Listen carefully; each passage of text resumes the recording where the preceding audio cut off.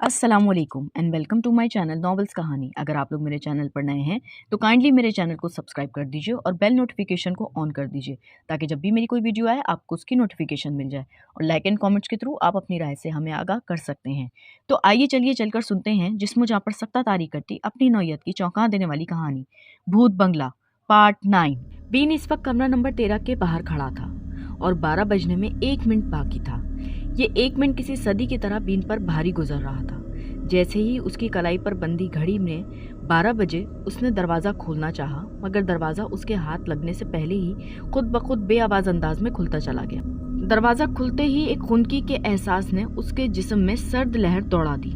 उसकी छठी हिस्स उसे मुसलसल खबरदार कर रही थी, मगर उसने उसे नज़रअंदाज करके अंदर जाने का इंतहाई फैसला कर लिया, क्योंकि अब वो इस सिलसिले को किसी मुंतकी अंजाम तक पहुंचाना चाहता था। कमरे में कोई लाइट नहीं जल रही थी, मगर इसके बावजूद सफ़ेद पुरस्रार रोशनी हर तरफ फैली हुई थी। कमरे में यूं महसूस होता था जैसे हल्का फुल्का धुआं भरा हो, मगर इस धुएं की कोई स्मेल नहीं थी, जिसके बिना पर वो धुआं नहीं धुन मालूम होती थी। उसे यहाँ कुछ भी ठीक नहीं लग रहा था, मगर वक्त का तकाजा था कि वो आगे बढ़ता रहे।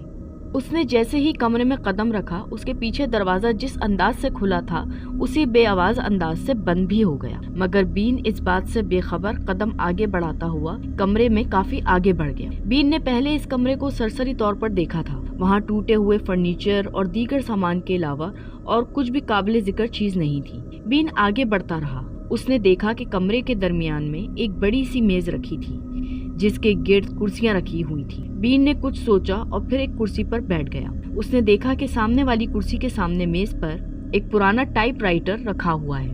बीन चंद लम्हे अपनी धड़कनों को कंट्रोल किए बैठा रहा और फिर उसे यूं महसूस हुआ सामने वाली कुर्सी पर कोई बैठा हो। बस किसी के कुर्सी पर बैठने की जो आवाज पैदा हुई उससे बीन ने अंदाजा लगाया। बीन ने जल्दी से जेब से कागज कलम निकाला और उसे अपने हाथों की लर्जिश पर काबू पाते हुए लिखा, मैंने इस बंगले को हासिल करने के लिए अपना सब कुछ गंवा दिया है। अब इस बंगले के अलावा मेरे पास और कुछ भी नहीं। मैं जब भी यहाँ आया हूँ, जो कुछ मेरे साथ हो रहा है, मेरे पास कोई और जगह होती तो मैं शायद कब का भाग गया होता, मगर ऐसा करना मेरे लिए मुमकिन नहीं। मुझे मेरे काम करने के लिए शहर से दूर पुरसुकून जगह चाहिए थी, तो इस बंगले की सूरत में मुझे मिल गई। मुझे नहीं लगता कि इस बंगले के अलावा मेरे पास कोई और ठिकाना है। मैं नहीं जानता तुम कौन हो और क्या चीज हो, मगर एक बात जरूर है कि तुम यहाँ रहते हो और मुझसे पहले से रहते हो। इसलिए मैं ये दावा नहीं कर सकता कि मैं यहाँ रहने वाले वाहिद शख्सियत हूँ। मैं ये नहीं चाहता कि आप मुझे यहाँ से भगा दो। मैं चाहता हूँ कि ना आप यहाँ से जाओ, ना ही मुझे तंग करो। मेरे कहने का मकसद ये नहीं कि हमारी दोस्ती होनी चाहिए। मैं बस दुश्मनी नहीं चाहता, क्योंकि दुश्मनी में नुकसान होता है और नुकसान होता है, आपका हो या मेरा। बीन ने लिखना शुरू किया तो फिर उसके जज्बाती अंदाज में लिखता ही चला गया और फिर वो कागज कुर्सी के साथ मेज पर रख दिया और धड़कते दिल से रद्द-ए-अमल का सोचने लगा। चंद लम्हों बाद खटक खटक की आवाज के साथ टाइपराइटर खुद ब खुद चलना शुरू हो गया। बीन सांस रोके उसे खुदकार अंदाज में चलता हुआ देखने लगा। फिर जब टाइपिंग रुक गई तो टाइप शुदा कागज बीन ने खींच लिया। उस पर लिखा था, ये मेरा घर है और मेरा ही रहेगा। तुम भी यहाँ रह सकते हो जब तक चाहो, मगर याद रखना यहाँ तुम्हारे अलावा कोई और नहीं रह पाएगा। ये तहरीर बीन ने पढ़ी तो उसके तने हुए आसाब कदरे ढीले पड़े, मगर उनमें अब भी खौफ का अंसर बाकी था। बीन की नजर अचानक खिड़की के शीशे पर पड़ी तो उसने देखा कि उसका अक्स शीशे पर पड़ रहा है। उसके सामने कुर्सी पर वही औरत बैठी है, सियाह कपड़ों में मलबूस, जिसका चेहरा उसके सर के बालों से ढांप रखा था। फिर जब बीन ने उसे खौफ के मारे देखा तो शायद उसे भी इल्म हो गया। बीन ने उसको शीशे के अक्स में देख लिया है तो उस औरत ने सर उठाया और शीशे की जानिब देखा तो बीन के रोंगटे खड़े हो गए। उस औरत का चेहरा हद से ज्यादा सफेद था। उसकी आंखों की जगह 2 सियाह गहरे गड़े थे और सबसे भयानक उसके होंठ थे, जो किसी धागे की मदद से सिले हुए थे। ये देखकर बीन कांप उठा और कुर्सी से उठकर उल्टे कदम वापस जाने के लिए मुड़ा, और जब वो दरवाजे के करीब पहुंचा तो दरवाजा खुद ब खुद खुल गया और फिर जैसे ही वो कमरे से बाहर निकला दरवाजा उसी तरह बंद भी हो गया। दरवाजा बंद होते ही जैसे वो होश की दुनिया में वापस आ गया हो। तकरीबन दौड़ता हुआ अपने कमरे में पहुंचा और दरवाजा बंद करके लंबे लंबे सांस लेने लगा। दूसरी सुबह बीन हस्बे मामूल उठा, वॉक पर गया तो मिस्टर स्टीफन ने उसे नफरत भरी निगाहों से देखते हुए दरवाजा बंद कर दिया। बीन को हैरत हुई कि उसने ऐसा क्या किया जिसकी वजह से मिस्टर स्टीफन की आंखों में उसके लिए इतनी नफरत थी। इसके अलावा कोई और बात खिलाफे मामूल ना हुई। उसने दिन भर अपना काम किया। काफी अरसे बाद ज़हनी तौर पर मुतमईन हुआ। जब से इस घर में आया था और जो वाक़यात एक तसलसल के साथ उसके साथ पेश आ रहे थे, इन वाक़यात ने उसके जहन में इनकलाब बर्पा कर दिया था। उसके इस दुनिया के बारे में नजरियात और जिंदगी के मायने जैसे बदल के रह गए थे। इसने जो कुछ भी इस बंगले में देखा था उस पर यकीन करना काफी मुश्किल था, मगर ये सब उसने अपने होशो हवास में खुद अपनी आंखों से देखा था। लेकिन अगर यही बात वो किसी और को बताता तो उस पर किसी दूसरे आदमी का यकीन करना काफी मुश्किल काम था। इसलिए उसने यहाँ के वाक़यात का जिक्र किसी से भी करना मुनासिब नहीं समझा। उसको अभी तक खुद पर यकीन नहीं आ रहा था कि उसने एक अनजानी मखलूक से समझौता किया है। ये एक हैरान कुन बात थी, मगर एक हकीकत भी थी जिसे नजरअंदाज नहीं किया जा सकता था। शाम के वक्त वो पेंटिंग करने में मसरूफ था कि डोर बेल बजी। बीन को कदरे हैरत हुई और बाहर निकला तो उसने देखा कि किली पुलिस ऑफिसर यूनिफॉर्म में खड़ी थी। उसके पीछे उसकी सरकारी गाड़ी भी खड़ी थी और वो अकेली थी, क्योंकि बीन को रॉजर कहीं नजर नहीं आया। कहीं मैं आपको डिस्टर्ब तो नहीं किया? किली ने उससे मुसाफा करते हुए कहा तो बीन ने नफी में सर हिला दिया। मैं दरअसल आपकी तबीयत का पूछना चाह रही थी, किली ने कहा तो बीन ने हस्बे मामूल जेब से छोटी सी पर्ची और पेन निकाला और लिखा, अब मैं पहले से बेहतर हूँ। ये तो अच्छी बात है। मेरे ख्याल में आपको अपनी सेहतयाबी पर अपने दोस्तों को एक यादगार पार्टी देनी चाहिए, किली ने कहा तो बीन ने जल्दी से एक चिटपट लिख के उसके हवाले कर दी, जिसमें लिखा था, मेरा कोई दोस्त नहीं है जिसे मैं पार्टी पर बुलाऊं, और वैसे भी मैं पार्टियों का शौकीन नहीं हूँ। पार्टियां अक्सर मुझे बोर कर देती हैं। ओहो, तब तो आपकी और मेरी खूब जमेगी। मेरा भी कोई दोस्त नहीं और जाहिर है इसलिए मैं भी पार्टीज में नहीं जाती। तो ऐसा करते हैं कि आज शाम हम एक साथ डिनर कर लेते हैं। इस तरह उम्मीद है हम दोनों अच्छे दोस्त बन सकते हैं, किली ने कहा तो बीन ने चिट लिखी, मैं दरअसल आजकल एक प्रोजेक्ट पर काम कर रहा हूँ, इसलिए थोड़ा मसरूफ रहता हूँ। कोई बात नहीं, तुम्हारा ज्यादा वक्त नहीं लूंगी। शाम के फौरन बाद मैं खुद तुम्हें यहाँ से ले जाऊंगी और डिनर के बाद ड्रॉप कर दूंगी। ओके, उम्मीद है अब तुम्हें कोई परेशानी नहीं होगी, किली ने कहा और फौरन मुड़ी और गाड़ी में जा बैठी। शाम को मिलते हैं, किली ने बुलंद आवाज में कहा और गाड़ी आगे बढ़ा दी, जबकि बीन ने तवील सांस लेकर दोबारा अंदर की जानिब कदम बढ़ा दिए। शाम के बाद एक बार फिर डोरबेल बजी तो बीन को अंदाजा हो गया कि किली आ गई होगी। वो पहले ही इसके साथ जाने के लिए ज़हनी तौर पर तैयार था। किली के इसरार पर ही वो जा रहा था, वरना उसका दिल जरा भी उसके साथ जाने को नहीं चाह रहा था। वो बाहर निकला। उसने देखा कि बाहर सुर्ख रंग की एक कैडलिक के साथ किली खड़ी थी। उसने सफेद कलर की शर्ट पर जीन्स की जैकेट पहनी रखी थी और सियाह रंग के फ्लैपर पैंट भी पहन रखी थी, और इसने अपने गोल्डन बालों को कैचर में जकड़े रखा था। लाइट मेकअप में वो कहीं से भी 30-32 साल की नहीं लग रही थी। कोई भी उसे देखता तो कहता 25 साल का ही कहता। बीन ने उसको इस तरह तैयार हुए देखा तो हैरान रह गया। क्या बात है, ऐसे क्या घूर घूर कर देख रहे हो? किली ने मुस्कुराकर कहा तो बीन चौंक उठा और नफी में सर हिला दिया, जैसे कह रहा हो कुछ भी नहीं। ओके बैठो, किली ने कहा तो बीन चुपचाप उसके साथ फ्रंट सीट पर बैठ गया। तो किली ने गाड़ी आगे बढ़ा दी। चंद लम्हों की खामोशी के बाद किली बोली, वैसे तो डिनर किसी अच्छे से होटल में किया जा सकता था, मगर तुम्हें तो पता ही है यहाँ से 2 किलोमीटर के फासले पर ही एक टाउन मार्केट है, और फिर वहाँ का अकलौता होटल भी इतना शानदार नहीं है, तो इसलिए मैंने अपने ही घर डिनर रख लिया। किली ने कहा तो बीन की आंखों में बहुत से सवालात पैदा हुए जिन्हें किली ने महसूस किया। बेफिक्र रहो, मैं घर में अकेली रहती हूँ। मैं जब 18 साल की हुई तभी मेरे वालिदैन में तलाक हो गई और कोई बहन भाई भी नहीं था, इसलिए मैं अकेली रहने पर मजबूर हूँ। किली ने कहा तो बीन चुपचाप बाहर देखने लगा। खुनकी बहुत बढ़ चुकी थी, लेकिन गाड़ी में हीटर लगा होने की वजह से महसूस नहीं हो रही। बाहर जंगल में हर तरफ अंधेरा छाया हुआ था। 20 मिनट की ड्राइव के बाद वो एक छोटे से घर के पास पहुंचे, जिसके साथ एक और घर था। किली ने गाड़ी गैराज में खड़ी की और बीन को मुखातिब किया, ये मेरा घर है और ये साथ वाला घर मेरे असिस्टेंट रॉजर का है। यहाँ वो अपने 2 बच्चों और बीवी के साथ रहता है, किली ने कहा और उसे लिए अंदर दाखिल हुई। घर छोटा था मगर इंतहाई साफ सुथरा था। कुल 5 कमरे थे, जिनमें एक किचन, एक ड्राइंग रूम, 2 बेडरूम्स और एक डाइनिंग हॉल था। किली ने उसे डाइनिंग हॉल की कुर्सी पर बिठाया और खुद खाना लेकर उसके सामने सर्व करने लगी और फिर उसके सामने बैठ गई। ये सब मैंने खुद बनाया है, दरअसल मुझे कुकिंग बहुत पसंद है, किली ने कहा तो बीन मुस्कुरा दिया। اس کے بعد وہ کھانے میں مصروف ہو گئے۔ شاید دونوں ایک دوسرے کے مخاطب کرنے کا انتظار کر رہے۔ کھانا کھا کر بین نے جلدی سے جیب میں ہاتھ ڈال کر پہلے سے لکھی ہوئی چٹ کلی کے حوالے کر دی جس پر لکھا تھا کھانا بہت اچھا تھا۔ یہ پڑھ کر کلی ہنسنے لگی۔ نہیں یہ چیٹنگ ہے، یہ بات تم نے پہلے سے لکھ رکھی تھی، یعنی کھانا جیسا بھی ہوتا تم نے مروت کے ہاتھوں مجبور ہو کر تعریف کرنی ہی تھی، کلی نے کہا، اور بین نے دوسری جیب میں ہاتھ ڈالا۔ جب اس کے ہاتھ باہر آیا تو اس میں ایک اور پرچی تھی۔ کلی نے اس کے ہاتھ سے پرچی لے کے دیکھا تو اس پر لکھا تھا آپ کی دعوت کا بہت شکریہ، مگر نہ جانے کیوں کھانا مجھے کچھ مزیدار نہیں لگا۔ یہ پڑھ کر کلی ہنس کر برا حال ہو گیا اور بین بھی مسکرا دیا۔ بہت تیز ہو، ماننا پڑے گا، کلی نے ہنسی روکتے ہوئے کہا تو بین نے جیب سے قلم نکالا اور چٹ پر لکھا اگر آپ برا نہ مانے تو کیا میں آپ سے کچھ بات پوچھ سکتا ہوں؟ ہاں پوچھو، کلی نے چٹ پڑھ کر کہا آپ نے ابھی تک شادی کیوں نہیں کی؟ کیا اس کی کوئی خاص وجہ؟ کلی نے چٹ پڑھی تو ایک طویل سانس لیا اور بولی دراصل والدین کی طلاق کے بعد کوئی ایسا ملا ہی نہیں جس کے ساتھ شادی کا سوچوں، اور کچھ میں نے بھی خود کو مصروف کر لیا۔ ایک دو افیئر تھے مگر شادی کے مسئلے میں نہ میں سنجیدہ تھی نہ وہ، اس لیے بات آگے نہیں بڑھی، لیکن اب شاید جلدی ہی ایسا کچھ ہو جائے۔ کلی نے اسے دیکھتے ہوئے کہا تو یہ بات بین کو تھوڑی عجیب لگی۔ سوری، میں وائن سرو کرنا تو بھول ہی گئی۔ یہ کہہ کر کلی نے وائن کی بوتل کھولی اور جام بھرنے لگی تو بین نے جلدی سے پرچی لکھا میں دراصل شراب نہیں پیتا، آپ پلیز صرف اپنے لیے ہی نکالیں۔ بین کی چٹ پڑھ کر کلی نے حیرت سے اسے دیکھا۔ تم کیسے نوجوان ہو جو شراب نہیں پیتے؟ کلی نے کہا تو بین نے یوں کندھے اچکائے جیسے کہہ رہا ہو میں ایسا ہی ہوں۔ اوکے، پھر میں بھی بعد میں پی لوں گی۔ اب اصل موضوع پر آتے ہیں۔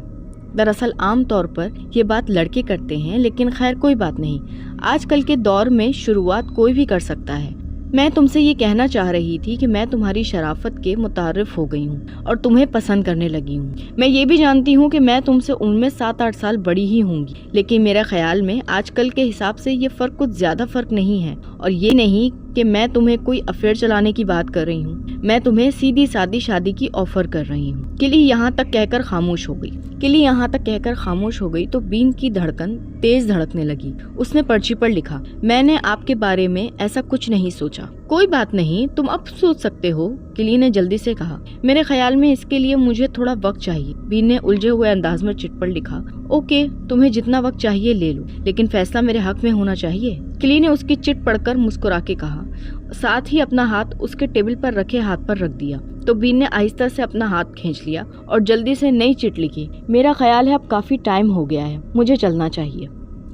چلے جانا، ابھی تو صرف 9 بجے ہیں، ابھی تو بہت وقت ہے، ویسے بھی دسمبر کی راتیں بہت طویل ہوتی ہیں، کلی نے زو معنی انداز میں کہا تو بین کے قلم نے ایک بار پھر حرکت کی۔ میں آج پورا دن کام کرتا رہا ہوں، اس وجہ سے کافی تھک گیا ہوں اور آرام کرنا چاہتا ہوں۔ تم تو یہاں سو سکتے ہو، میرے دوسرے بیڈ روم میں بستر لگا دیتی ہوں، کلی نے ایک نظر تحریر پر ڈال کے کہا۔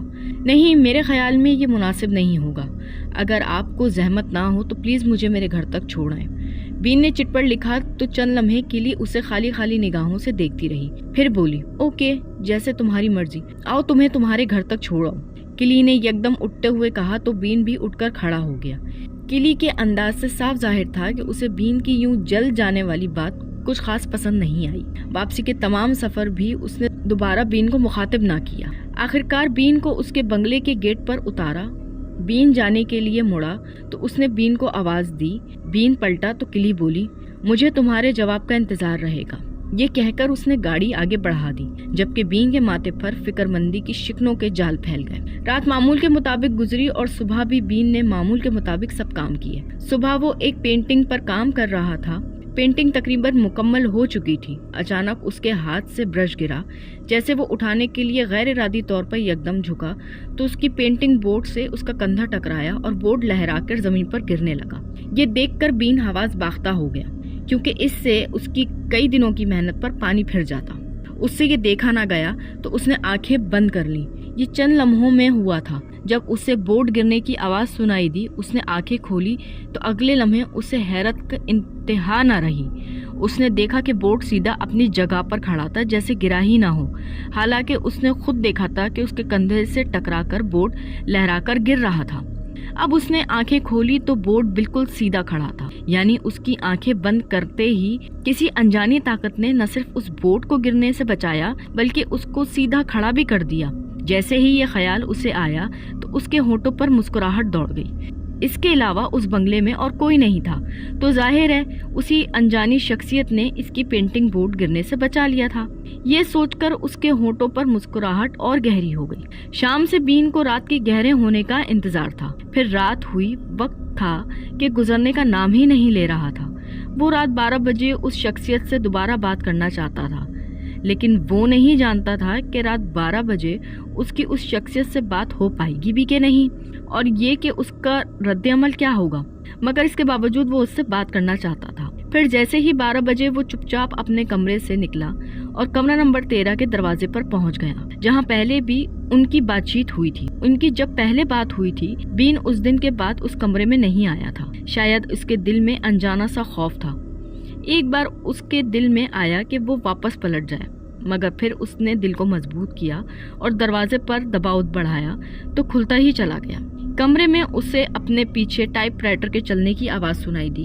وہ تیزی سے مڑا اور مڑتے ہی اس کی نظر غیر ارادی طور پر کھڑکی کے شیشے پر پڑی، تو اس نے دیکھا سامنے والی کرسی پر وہی عورت سیاہ کپڑوں میں ملبوس بیٹھی ہے اور ٹائپ رائٹر پر کچھ ٹائپ کر رہی ہے۔ بین نے جب کرسی کی جانب دیکھا تو کرسی خالی تھی، صرف آئینے میں ہی اس کا عکس نظر آ رہا تھا۔ یہ دیکھ کر ایک بار تو بین کے رونگٹے کھڑے ہو گئے، لیکن فوراً ہی اس نے خود پر قابو پا لیا۔ اب ٹائپ رائٹر کی آواز آنا بند ہو گئی۔ جیسے ٹائپنگ مکمل ہوئی تو بین آہستہ سے آگے بڑھا اور آرام سے ٹائپ رائٹر سے کاغذ نکال کر دیکھا تو اس پر لکھا تھا۔ پھر کس وقت، یہ پڑھتے ہی سوچ میں پڑ گیا۔ پھر آرام سے باہر نکل آیا۔ آخر یہ لکھنے کا کیا مطلب ہے؟ کسی بھی وقت یہ بین سوچتا ہوا اپنے کمرے کی جانب بڑھتا چلا گیا۔ جو بھی تھا، یہ بات تو طے تھی کہ اب اسے کافی حد تک تسلی ہو گئی تھی کہ وہ پراسرار وجود اب اس کے لیے کسی تکلیف کا باعث نہیں بنے گی۔ اس بات کو 2 دن گزر گئے اور ان 2 روز میں کوئی بھی خلاف معمول واقعہ نہ ہوا۔ نہ ہی اس دوران کلی سے اس کا آمنا سامنا ہوا، نہ ہی ٹاؤن کے کسی اور آدمی سے بات ہوئی۔ وہ دن بھر پینٹنگ میں مصروف رہتا اور رات کو آرام سے سو جاتا۔ اس کے دل میں موجود تمام خدشات آہستہ آہستہ دور ہو رہے تھے۔ شام کے وقت وہ کچن میں کھانا بنا رہا تھا کہ اچانک اس کے دل میں ایک خیال آیا۔ اس کے ہونٹوں پر مسکراہٹ دوڑ گئی۔ اس نے سویٹ ڈش تیار کی اور اسے لے جا کر کمرہ نمبر 13 کے ٹیبل پر رکھ دی۔ چٹ بھی رکھ دی جس پر لکھا تھا، میں جانتا ہوں یہ پاگل پن ہے، جب ہمیں ایک ہی گھر میں رہنا ہے تو ہم ایک دوسرے کی تھوڑی سی مدد کریں تو کچھ برا نہیں۔ میں بس آپ سے یہ جاننا چاہتا ہوں کہ کیا میں سویٹ ڈش اچھی بنا لیتا ہوں؟ یہ چٹ لکھ کر اس نے ڈش کے سامنے رکھ دی اور چپ چاپ وہاں سے واپس آ گیا۔ دوسری صبح اس نے کمرے میں جا کے دیکھا کہ اس نے جس برتن میں کھانا ڈالا تھا وہ خالی تھا۔ اس کا مطلب یہ ہے کہ میں سویٹ ڈش اچھی بنا لیتا ہوں، بین نے سوچا اور برتن اٹھا کر واپس آ گیا۔ شام سے قدرے پہلے وہ مسلسل کام کر کے بور ہونے لگا تو باہر نکل آیا۔ جنگل میں چاروں طرف چڑیوں کی چہچہاہٹ تھی اور پرندے گھروں کی طرف لوٹ رہے تھے۔ بین یوں ہی چلتے چلتے گھر سے کافی دور نکل آیا تو یکدم رک گیا۔ کلی نے کار اس کے قریب روکی اور جلدی سے کار سے اتری اور اس وقت اس یونیفارم کے بجائے سول ڈریس میں ملبوس تھی۔ ڈارک براؤن کلر کے کپڑوں میں وہ بہت خوبصورت لگ رہی تھی۔ ہائے، اس نے آتے ہی خوشی سے پھولے ہوئے سانس سے کہا تو بین نے سر ہلا دیا۔ میں تمہاری ہی طرف آ رہی تھی، تم راستے میں مل گئے۔ چلو اچھا ہے نا، آخر کار ہم دونوں مل بیٹھ کر باتیں کریں گے۔